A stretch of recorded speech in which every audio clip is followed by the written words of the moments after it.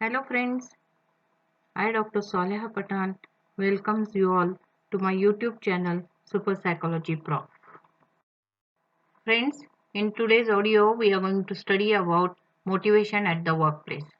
We will cover up the subpoints like concept of work motivation, need theories, we will study two theories by McClelland and Herzberg. We will also study about the cognitive theories, goal setting theory, self-efficacy theory, and we'll see how these theories are applied at work. How to get more self-motivated, also we are going to learn about it. Friends, we will learn what is motivation and why motivation is so important. Motivation is a word derived from the word motive, which means wants, needs, desires, or a drive within the individual. This drive is a force within individual to put him into the action to accomplish a goal or achieve a task or work, accomplish the project or any assignment given. In psychology, the study of motivation leads to the question like what causes behavior? And the answer is motivation. Motivation is visible, can be seen in efforts, in the behavior of a person, gesture in his action. According to the psychologist, motivation drives an individual to action. Motivation also encourages the person to give his best performance. It brings positive change in his behavior, in his thought processes and feelings. Motivation is an internal desire to change either in the self or in the environment. If intensity of the motivation is high, then it reflects into the persistence efforts and striving behavior to achieve the goal. When we are motivated, we move and take the action to achieve our goal or task, or we grow. One desires to change his life. Motivation helps to clarify your goals and help you to know exactly what and how you are working towards the goal. Let us understand now how we get motivated. There are two factors or aspects of motivation. One intrinsic motivation and second is extrinsic motivation. Intrinsic motivation is subjective factors or subjective aspect. It depends on each and every individual how they are getting motivated depending on their what type of goals they are setting. An objective factor is related to the external factor which comes from outside. Let us study one by one. Let us see what is intrinsic motivation. It is totally subjective factor related to individual's internal force, how strong the needs are, according to that the performance will come. For example, need for achievement, need for power, need for enjoyment, and many other examples are there where the person is internally motivated. It comes from within, and this within motivation is always better than extrinsic motivation. Let us understand what is extrinsic motivation, which is an objective aspect. It is our external environment and social context in which we are placed. For example, sports people do exercise because of coach is asking them to do so. So it is external aspect or external coach who is forcing you to perform better. That is known as extrinsic motivation. Or another example to give you, the employees work when supervisor supervises their work. But in extrinsic motivation, once the external force is removed, the performance may decrease. Let us understand how need theories of motivation work at a workplace. We are going to study here two theories given by McClelland and Herzberg. McClelland's theory is also known as need theory or N theory. There are three types of aspects are here: need for achievement, need for power, and need for affiliation.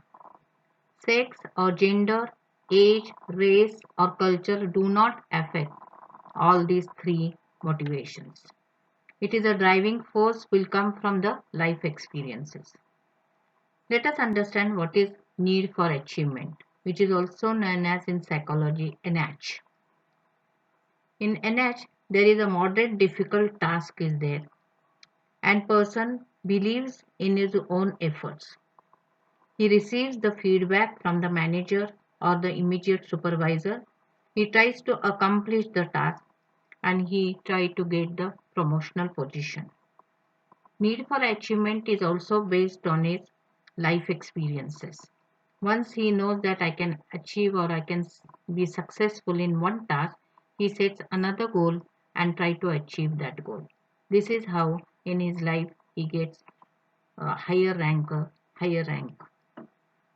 Whereas second is power or need for power. Here the person enjoys his work due to the power. He has value discipline, zero sum in nature, accomplishes the group goals.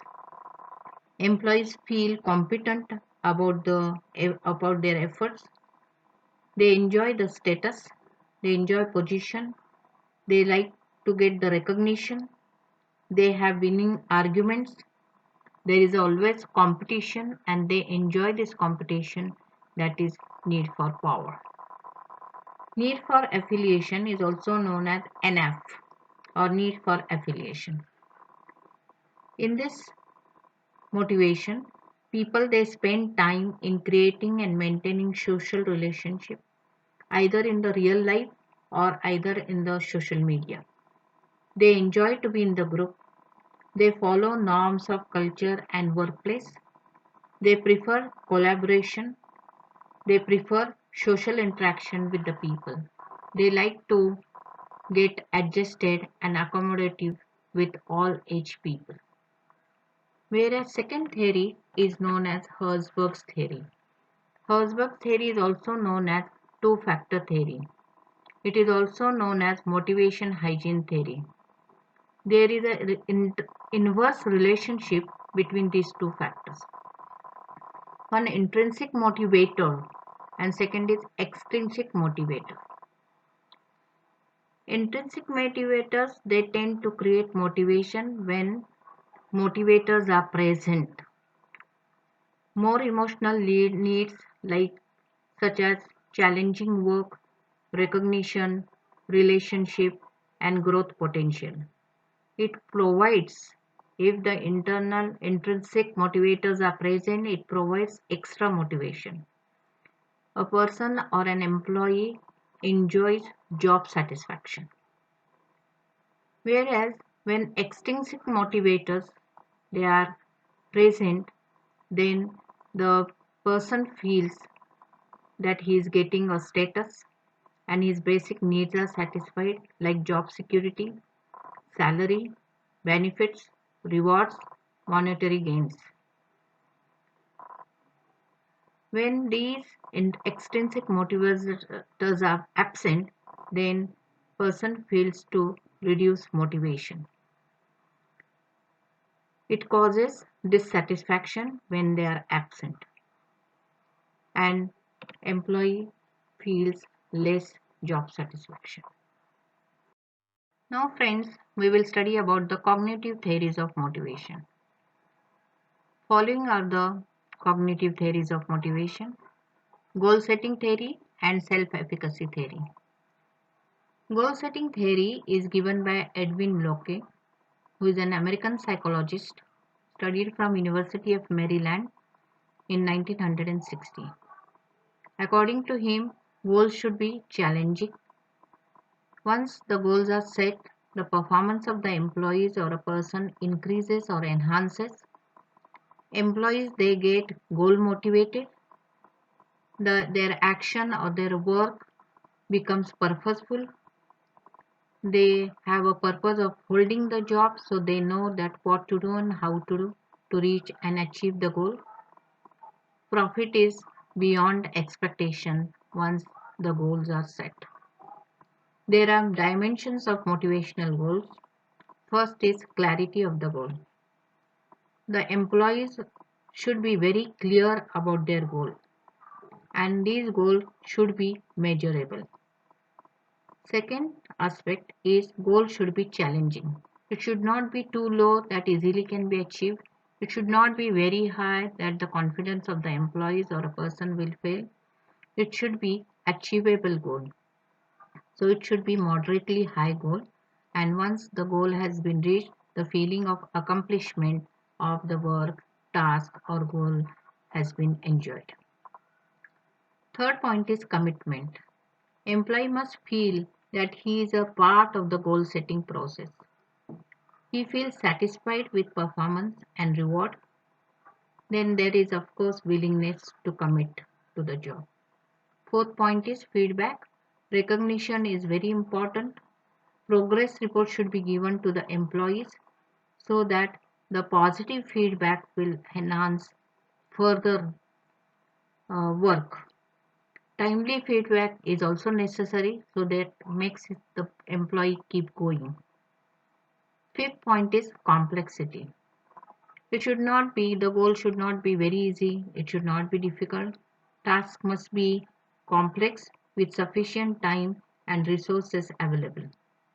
Proper tools to be provided and task complexity must be little high so that a person will have a feeling that he is doing better job. Second theory is known as self-efficacy theory. It is given by Bandura and Bandura. Bandura's learning theory is also it is known. What is self-efficacy means? Friends, self-efficacy means I can do it. There can be high motivation or low motivation. High motivation will affect the performance positively, whereas low motivation will affect on the performance negatively. There are three basic scales to measure the self-efficacy theory. First is self-efficacy magnitude. There is a level of the difficulty. Easy level of difficulty, moderate level of difficulty, and hard or difficult level of difficulty. Employee always feels to perform in moderate level of the difficulty compared to the easy and difficult. Second is self-efficacy strength. A person should ask oneself how confident I am. How will I excel in my performance? And there will be a level of success. Third is performance, uh, generality of self-efficacy, that is degree to which expectation is generalized. Friends, we have studied the various theories of motivation and we can apply this theory with the work, or we can apply this theory in our organization, in our institute or in our factory. Theories have already explained us what motivates people and also why some employees they work hard and committed than others. It helps managers to understand employees as they understand their needs behind their work. It also helps to understand the employees which one is appropriate, whether X theory is appropriate or Y theory is appropriate.